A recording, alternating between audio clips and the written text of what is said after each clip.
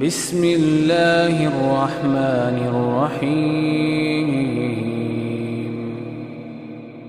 نبی صلی اللہ علیہ وسلم ہر روز صبح فجر کی نماز کے بعد یہ دعا پڑھتے تھے، اللہم انی اسألک علما نافعا ورزقا طیبا وعملا متقبلا۔ اے اللہ، میں تجھ سے علم نافع، طیب رزق یعنی پاکیزہ رزق اور مقبول عمل کا سوال کرتا ہوں، یعنی ایسے عمل کی توفیق دے جو تیرے ہاں قبول ہو جائے، تجھے پسند آ جائے۔ اور اس کے ساتھ ساتھ انسان کو حرام سے بچنے کی دعا کرنی چاہیے۔ اس سلسلے میں آپ صلی اللہ علیہ وسلم نے جو دعا سکھائی وہ ہے، اللہم اکفنی بحلالک عن حرامک واغننی بفضلک عمن سواک۔ اے اللہ، اپنے حلال کے ذریعے حرام سے میری کفایت فرما، یعنی مجھے اتنا حلال دے کہ مجھے حرام کی ضرورت ہی نہ رہے، اور اپنی مہربانی سے مجھے اپنے علاوہ ہر ایک سے بے نیاز کر دے، یعنی مجھے انسانوں کا محتاج نہ کر، کسی اور کا محتاج نہ کر، صرف اپنے خزانوں سے عطا فرما۔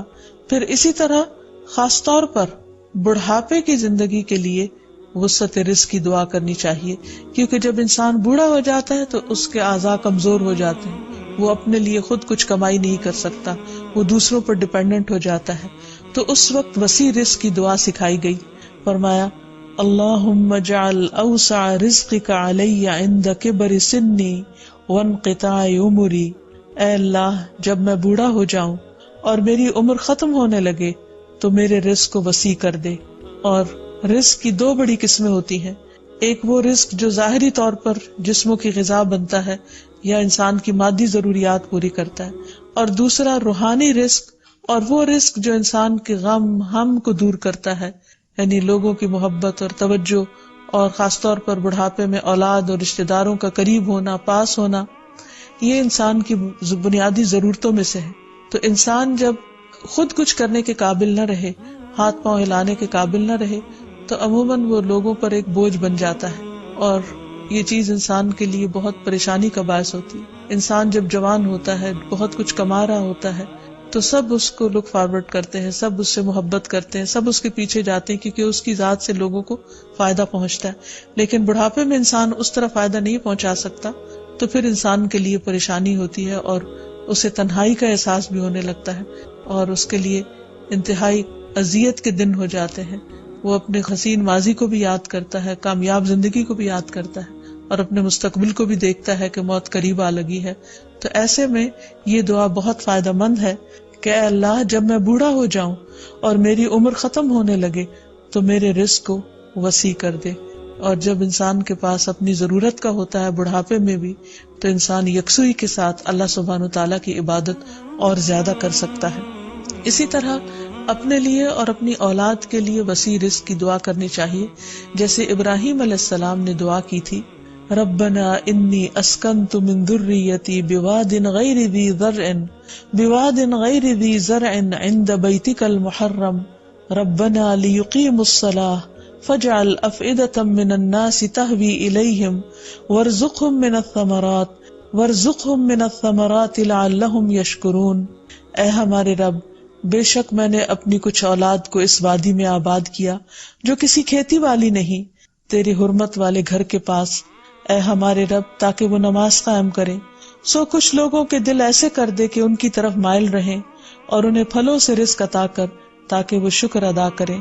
تو اس میں ہم دیکھتے ہیں کہ ابراہیم علیہ السلام اپنے بچوں کے لیے روحانی رزق کی دعا بھی کر رہے ہیں، جذباتی محبت کی رزق کی دعا بھی کر رہے ہیں، اور پھر اس کے ساتھ ساتھ جسمانی رزق کی دعا بھی کر رہے ہیں جو ہر انسان کی ضرورت ہے، اور اس میں سے بھی بہترین رزق یعنی پھلوں کے رزق کی دعا کر رہے ہیں، کیونکہ انسان کو اللہ تعالیٰ کا صرف رزق ہی نہیں مانگنا چاہیے، بہترین رزق مانگنا چاہیے۔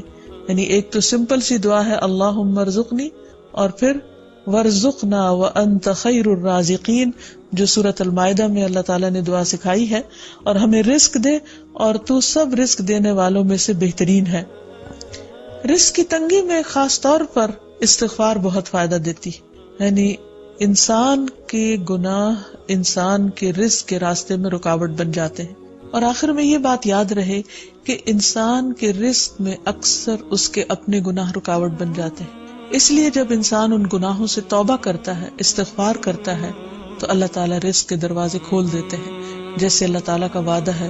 قرآن مجید میں آتا ہے نوح علیہ السلام نے اپنی قوم سے کہا کہ اپنے رب سے معافی مانگ لو، بلا شبہ وہ بڑا معاف کرنے والا ہے، وہ تم پر آسمان سے خوب بارشیں برسائے گا اور تمہاری مال اور اولاد سے مدد کرے گا، تمہارے لیے باغ پیدا کرے گا اور نہریں جاری کرے گا۔ تو اس سے یہ پتہ چلتا ہے کہ دنیا میں جتنی بھی راحتیں اور رزق کی قسمیں ہیں ان سب کی کنجی استغفار ہے۔ تو اس لیے انسان کثرت سے اپنے گناہوں پر توبہ کرتا رہے۔ حضرت حسن بصری کی مجلس میں ایک شخص آیا اور کہنے لگا کہ اس کے ہاں اولاد نہیں، تو انہوں نے اس کو استغفار کا حکم دیا۔ دوسرے شخص نے کہا کہ ان کے ہاں قحط سالی ہے، بارشیں نہیں ہو رہی، تو انہوں نے ان کو استغفار پڑھنے کے لیے کہا۔ تیسرا شخص آیا اور کہنے لگا کہ اس کے رزق میں مشکل ہے، تو انہوں نے اس کو بھی یہی نسخہ بتایا۔ تو ان کی مجلس میں سے ایک شخص نے کہا کہ آپ نے ہر مشکل میں مبتلا شخص کو ایک ہی بات بتائی، ایک ہی وظیفہ بتایا، اور وہ بخشش کی دعائیں کرنے کا۔ تو کہا کہ کیا تم نے سورۃ نوح کی آیت نہیں پڑھی؟ حقیقت یہ کہ اللہ کا کلام سچا ہے اور ہمیں اس پر ایمان لا کر پورے یقین کے ساتھ، وثوق کے ساتھ دعا مانگنی چاہیے کہ ہم انشاءاللہ استغفار کریں گے تو آسمان سے اور زمین سے رزق اگلنے لگے گا، ابلنے لگے گا۔ اللہ تعالی ہمیں اپنی رحمتوں سے نوازے۔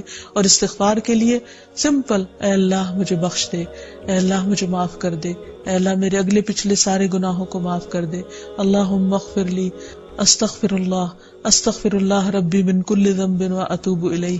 اور سچے دل سے انسان توبہ کرتا رہے تو اللہ تعالیٰ کو مہربان پائے گا۔